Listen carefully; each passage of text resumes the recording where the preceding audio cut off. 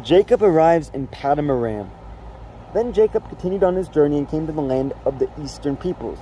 There he saw a well in the open country with 3 flocks of sheep lying near it, because the flocks were watered from that well. The stone over the mouth of the well was large.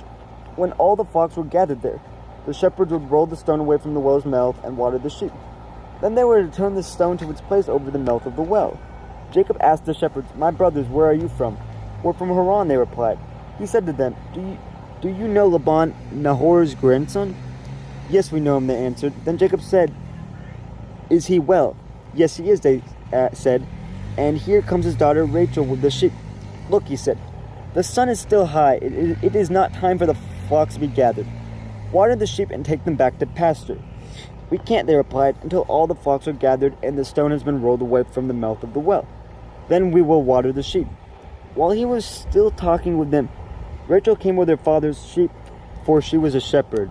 When Jacob saw Rachel's daughter of his uncle Laban and Laban's sheep, he went over and rolled the stone away from the mouth of the well and watered his uncle's sheep. Then Jacob kissed Rachel and began to weep aloud.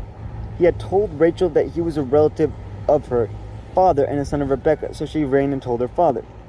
As soon as Laban heard the news about Jacob, his sister's son, he hurried to meet him. He embraced him and kissed him and brought him to his home, and there Jacob told him all these things. Then Laban said to him, You are my own flesh and blood." Jacob marries Leah and Rachel. After Jacob had stayed with him for a whole month, Laban said to him, "Just because you are a relative of mine, should you work for me for nothing? Tell me what your wages should be." Now Laban had 2 daughters. The name of the older was Leah, and the name of the younger was Rachel. Leah had weak eyes, but Rachel had a lovely figure and was beautiful. Jacob was in love with Rachel and said, "I'll work for you 7 years in return for your younger daughter Rachel." Laban said, It's better that I give her to you than to some other man. Stay here with me."